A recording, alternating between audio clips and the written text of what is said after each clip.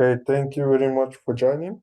So today we are on our second tutorial, and what we're going to aim today, we're going to apply and integrate a range of software applications. So what do we mean? We are now going to explain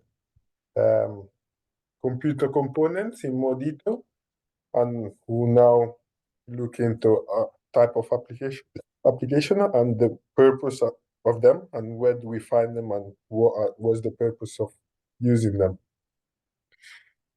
So we have already explained yesterday the type of computer system and the reason why we need them for nursing and health and education sector. So we also made some example of these devices that we can find in hospital and all these type of hospital management systems. And now we will now look in details what are the components and everything we need to know about computers. So what is a computer system?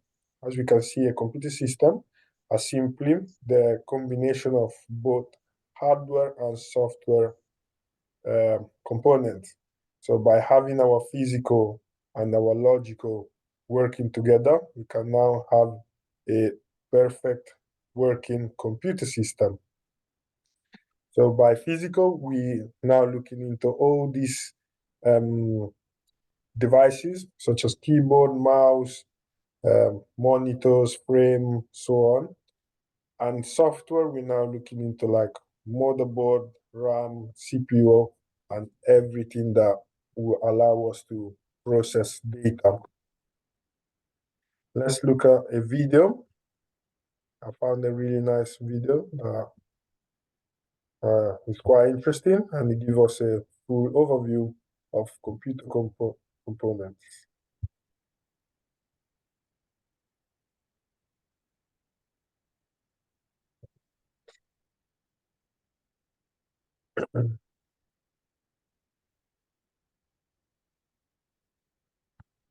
If you work with computers, you've likely heard terms like RAM, hard drive, and processor mentioned by tech support or others who are more interested in what goes on inside of a computer's case. If you've always wondered what the various components of your computer are for, but have never really had the time to look into it, then this video is just for you. While each one of these components is complex enough to spend a lifetime learning about, I'm going to give a very broad and general overview. A typical desktop computer comes down to these 7 essential parts: case, power supply, motherboard, CPU, RAM, hard drive, and graphics cards. These are the fundamental parts of any desktop computer. It may seem daunting at first, so let's separate these into 2 categories: simple ones and the more complex ones. For starters, let's look at the case. The case is nothing more than a big hunk of plastic that houses everything else. Some of them have more or less physical space, some of them have different parts where you can put screws in or this or that, but at the end of the day, all the case really does is provide a nice enclosed system for everything else.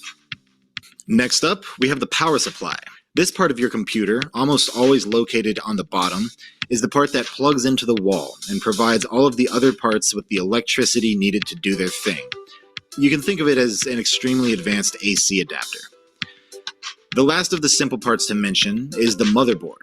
The motherboard is a wide and flat circuit board that all of the other components plug into. It's the part that lets all of these components send electrical currents, composing data, between each other. While not particularly expensive, the motherboard is arguably the most important component because without it, you'd have nowhere to put anything else. So that's it for the simple components. Now let's move on to the more complex parts, the ones that deal with data. The 4 main components to keep in mind here are CPU, RAM, hard drive, and graphics card. Now first things first, I'm going to establish some terminology. Keep in mind that CPU is also known as the Central Processing Unit, or processor. These terms all refer to the same thing. They are completely interchangeable. RAM stands for Random Access Memory and is often referred to as just memory. A hard drive is often referred to as a disk drive or storage. And a graphics card is also known as a GPU or graphics processing unit. For this explanation, I'll be using the terms CPU, RAM, hard drive, and graphics card. So let's start with the CPU. The CPU is where your computer does things. It isn't really capable of storing very much data at all, but it's very good at doing things with data. Quickly reading it, arranging it, doing the type of quick and massive calculations needed to run your programs. This is where most of your programs are essentially run from. It's often referred to as the brain of the computer. I personally don't like this description because really your entire computer is just a brain. It's just the center part of your computer's brain. Basically everything that happens in your computer goes through your CPU at some point. Now let's talk about RAM and hard drive at the same time, because they have a very unique relationship, which is probably why people often confuse the two. Your hard drive is where all of your data is stored. When your computer tells you you're running low on space, it's because your hard drive is almost full. All of the data that makes up your videos, pictures, documents, project files, or the 3D worlds and models that make up a game are all stored here. While hard drives can store lots of data, they're relatively bad at accessing that data quickly. Everything is accessed through a tiny little wire here, and because most hard drives are made up of spinning disks, your hard drive isn't going to be able to constantly give your CPU the information it needs to run certain programs. That's where RAM comes in. RAM is another form of storage. It stores the exact same kind of data as your hard drive, but RAM sacrifices storage space for nearly instant accessibility. Unlike your hard drive, which sends all of its data through a tiny little thin wire, your RAM is arranged in these long, thin sticks that insert into your motherboard. Think about a storage unit. If you have a massive warehouse with only a thin doorway, it's going to be difficult to get in, find what you need, and get out if it's kind of spread all over the place. You'll have to go through a tiny door. But if you have a long, wide storage shed that's got a big, massive garage composing an entire side of it, you won't be able to store as much, but things are significantly easier to get to. Typically, if your computer has 1,000 gigabytes of storage space in your hard drive, it's likely got about 16 gigabytes worth of RAM. Here's where you put the stuff you own but you aren't currently using, and this smaller one is where you put the stuff that you are using and need to be able to get in and out of quickly. When you run a program or a project file, your CPU identifies what parts of data are needed for that program to run. It pulls them from your hard drive, and then it stores them in your RAM sticks for quick accessibility. This is why when you start a new level of a game, for instance, it has to load. Anytime you see loading, it's loading the data that composes that level from your bulky hard drive into your RAM.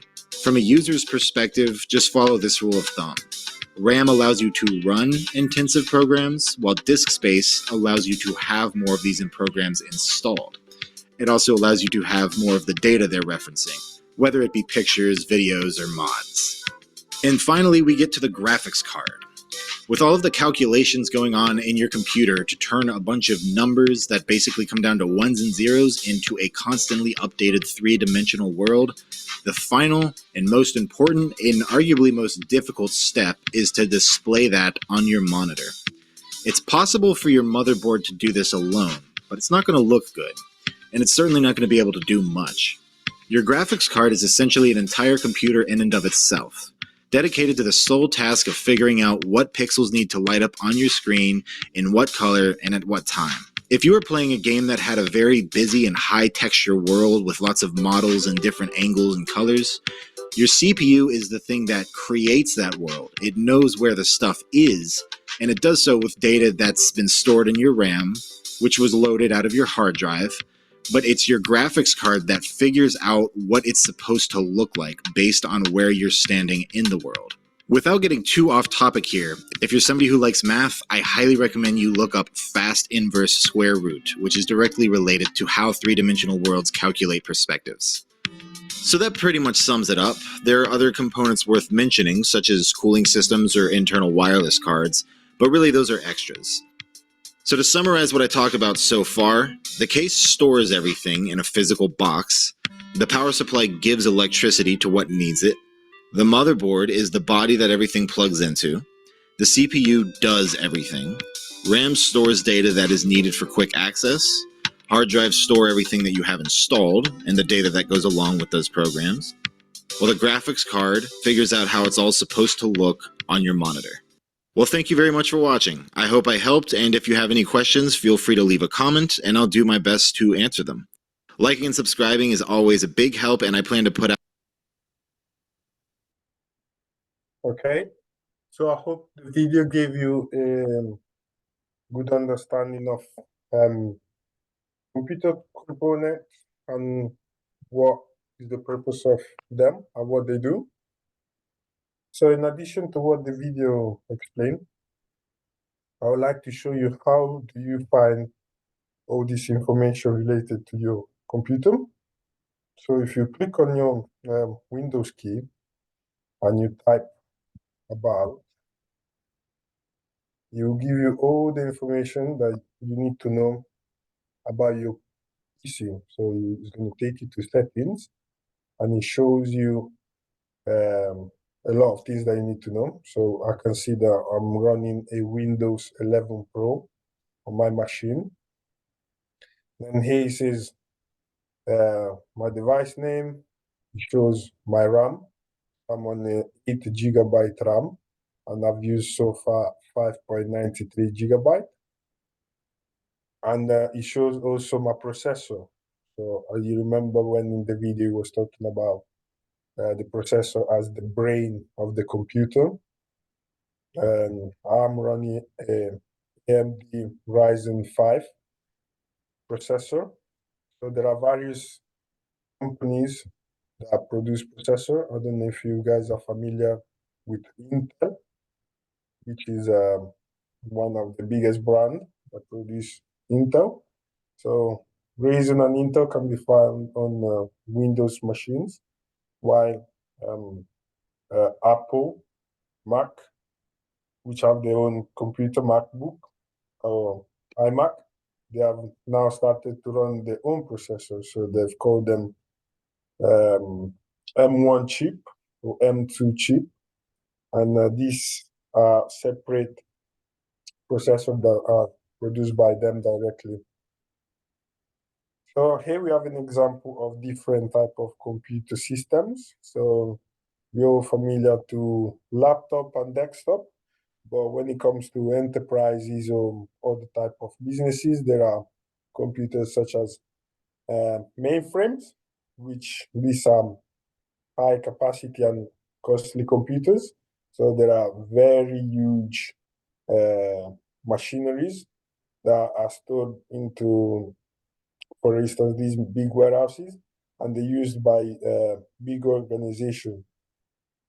So when we look at companies like IBM, Accenture, or whatever, they'll now have these massive mainframes. Then we have supercomputers, which this category of computers is fast and also very expensive one. And there are loads of them. So we can see even quantum computing, which is a new emerging technology. And that's where we can find the use of supercomputers. Then we have workstation computers, which we're all familiar with. When we work, for instance, in a massive corporate or a medium-sized business, we will now have our workstation and we will now be assigned with our work computer. Then you have personal computers, which we all have. And these personal, there are various types where we could have MacBook, iMac, or Windows, where they're producing their own laptop or notebooks. Then you have tablet and smartphones, which are very common, and everyone nowadays have one of them. So now let's look into the role of computer system in different sectors. So where do we find, so what is the purpose of a computer system in an enterprise? This will now allow business to create and run the websites, social media platform, and execute all the marketing strategies. In the education sector, such as schools, colleges, university, higher education, these are mainly used for educational purpose, where students can now access either from their personal computers or the institution assets. They can now access material that will now allow them to complete the assignment or the academic work. Then we have home, which is mainly used as personal use, and people just access them to do their day-to-day tasks. And also we have entertainment, which I would say is still falls under the category of home. And people simply use this machine for storing and transferring data. And most of these data could be videos, files, memories that they've made throughout the years. So here we have an explanation. So we have a range of systems that we use. So on a day-to-day, we all use our personal computers, mobile phone, tablets, or IoT devices, which are Internet of Things devices, which could be Alexa or any other portable device. Now let's look into the range of software application. So what could be an example of software application? A software application example can be Zoom, which is an app that we are currently using now to have our interactive session. So applications are all these type of softwares which allows the user, which should be us, to have some sort of interaction. So we're now looking at user interfaces. So this application allows us to do tasks that we are now required to do. So with Microsoft Word, we can now create files, store them, and send them. Excel spreadsheet allows us to keep track of anything we want to track. Maybe we're budgeting, we're looking into our monthly expenses and stuff like that. So it will now allow us to create financial spreadsheet, or we can now allow us to make trackers to track stuff that we're doing. Database management system, it's be more professional, and it is used by companies when it comes to storing, modifying, or extracting information from databases. So, for instance, we have Amazon, which is a massive online store. They will now use database management system for them to track customers wherever they're purchasing, and all the data for such as bank details, home address, and plenty of things. And then we have email applications such as Outlook, Gmail, iCloud, and these allow us to quickly send electronic mails, and we have the ability to communicate with other people. So that was an example of software application. So nowadays there are plenty of them. As I said, we are using Zoom, which is a software application as well, which can be run on the browser desktop, and there are many of them depending on the purpose and what we need them for. So this was everything for today's session. Is there any question for me?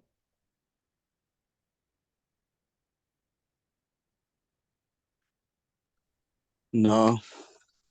No questions? Okay. So if there wasn't any question, I will end the session today. Then I will see you next Saturday. Thank you. Thank you. Thank you very much. Please, excuse me, please, I want to ask you questions because Yes. I've tried to get the message on the WhatsApp group. Is this topics for us, the nursing? Yeah, you have to do ICT, which gives you the basic understanding of computing, which is a mandatory unit for your qualification.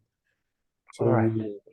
so we'll have 2 more sessions, then we'll have an assignment discussion where I will give you all the information that you need to know for you to write your assignment. And Okay. you can now write your assignment and make a submission. All right then. Thank So I you. will assist you throughout the course. You're in safe hands. Not okay. All right. Thank There's you. no any other question, then I will end the session. Thank you for joining and have a good day. Good day. See you next Saturday. All right. Bye. Bye.